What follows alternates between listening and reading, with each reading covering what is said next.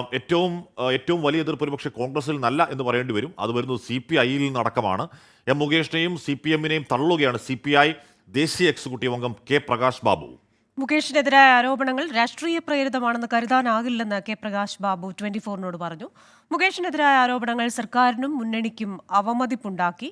ഉചിതമായ തീരുമാനം മുകേഷ് എടുക്കണമെന്നും കെ പ്രകാശ് ബാബു പറഞ്ഞു. ഒരു ധിക്കാരപരമായ സമീപനവും ഇന്ന് നമ്മുടെ സമൂഹത്തിൽ വളരെ വ്യാപകമായി തന്നെ ചർച്ച ചെയ്യപ്പെടുന്നുണ്ട്. അങ്ങനെയൊക്കെ ഒരു ജനപ്രതിനിധിക്ക് പെരുമാറാമോ? ആ സമീപനമാണോ എടുക്കേണ്ടുന്നത്? എന്തുകൊണ്ട് അങ്ങനെ പൊട്ടിത്തെറിക്കുന്നു എന്നുള്ളത് ചർച്ചാ വിഷയമാണ്. കൊല്ലം MLA സംബന്ധിച്ചുള്ള ആക്ഷേപങ്ങൾ, സിനിമാ മേഖലയിൽ നിന്നുള്ള ആക്ഷേപങ്ങൾ വന്നിട്ടുണ്ട്. ഞാൻ മനസ്സിലാക്കുന്നത് CPIM-ന്റെ കൊല്ലം ജില്ലാ കമ്മിറ്റി തന്നെ അതുമായി ബന്ധപ്പെട്ട് ചില ചർച്ചകൾ നടത്തിയിട്ടുണ്ട് എന്നാണ്. അതിലെ എനിക്ക് എൻ്റെ ഒരു അഭിപ്രായം മാത്രമേ ഉള്ളൂ. ഇടതുപക്ഷ ജനാധിപത്യ മുന്നണിയെയും മുന്നണിയുടെ ഗവൺമെന്റിനെയും ഒരു പ്രതിസന്ധിയിലാക്കുന്ന നിലയിലേക്ക് മുകേഷ് പോകാൻ പാടില്ല. അത് യുക്തമായ നിലയിൽ മുകേഷ് എത്രയും പെട്ടെന്ന് തീരുമാനമെടുക്കുകയാണ് വേണ്ടുന്നത്. അരുൺ രാജ് കുടിച്ചിരുന്നു. അരുൺ, ഇത് ആനി രാജ തുടക്കം മുതൽ തന്നെ മറ്റ് പ്രശ്നങ്ങളില്ലാതെ, മറ്റ് ക്ലാരിറ്റി പ്രശ്നമില്ലാതെ കൃത്യമായി തന്നെ മുകേഷ് വിഷയത്തിൽ ആദ്യമേ നിലപാട് പറഞ്ഞ നേതാക്കളിൽ ഒരാളാണ്. അതിപ്പോൾ പ്രകാശ് ബാബു കൂടി വരുമ്പോൾ ഏതെങ്കിലും ഒരു നേതാവല്ല, CPI ഒന്നാകെ അവിടെ മുകേഷ് MLA-ക്കെതിരെ രംഗത്ത് വരുന്നു എന്നല്ലേ കരുതേണ്ടത്?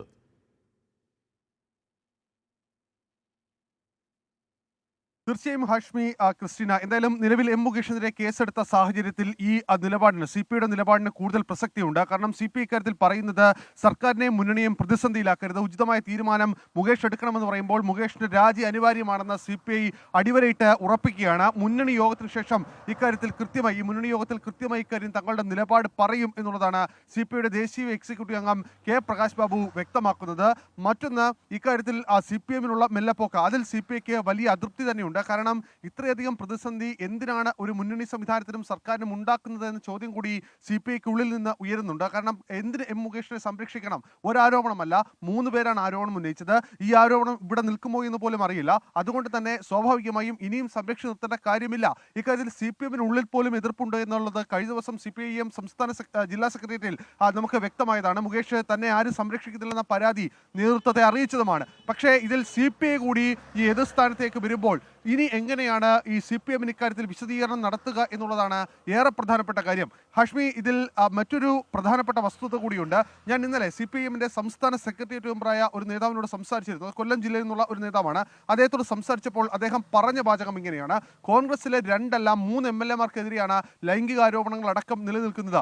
അവർ ഈ സ്ഥാനത്ത് തുടരുന്നില്ലേ? മന്ത്രിയാണെങ്കിൽ രാജിവെക്കാമായിരുന്നു. പക്ഷേ മന്ത്രിയല്ല, MLA ആണ്. അതിൽ അന്വേഷണം നടക്കട്ടെ, അന്വേഷണം നടന്ന് ഇക്കാര്യത്തിൽ ഒരു വസ്തുത പുറത്തു വരട്ടെ എന്നുള്ളതാണ് CPIM ഇക്കാര്യത്തിൽ ഇന്നലെ വരെ സ്വീകരിച്ചിരുന്ന നിലപാട് എന്നുള്ളതാണ് അദ്ദേഹത്തിന്റെ വാക്കുകളിൽ നിന്ന് നമുക്ക് മനസ്സിലാക്കുന്നത്. കാരണം മുകേഷിനെ രാജിവെക്കേണ്ട സാഹചര്യം നിലവിലില്ല എന്നുള്ളതാണ് CPIM ഇപ്പോഴും പറയുന്നത്. പക്ഷേ ഇതിൽ അവർക്ക് ഇടയിൽ തന്നെ ആശയക്കുഴപ്പമുണ്ട് എന്നുള്ളത് മറ്റൊരു യാഥാർത്ഥ്യം കൂടിയാണ്. സിനിമ നയരൂപീകരണ സമിതിയിൽ നിന്ന് ഒരുപക്ഷെ മുകേഷിന്റെ രാജി ഇന്ന് തന്നെ ഉണ്ടാകുമെന്ന സൂചന കൂടി വരുന്നു. കാരണം ഇക്കാര്യത്തിൽ സർക്കാർ ഇന്നലെ തന്നെ കൃത്യമായ ആശയവിനിമയം മുകേഷുമായി നടത്തിയിട്ടുണ്ട്. കാരണം ഇനിയും അക്കാര്യത്തിൽ ഒരു വലിയ രീതിയിലുള്ള സമ്മർദ്ദം മറ്റു ഭാഗത്തുനിന്ന് ഉണ്ടാകാനുള്ള ഇടയുണ്ട്. അതുകൊണ്ട് ഇനിയും അതിൽ തന്നെ ഹുക്ക് ചെയ്തുകൊണ്ട് നിന്ന് പോകേണ്ട കാര്യമില്ല.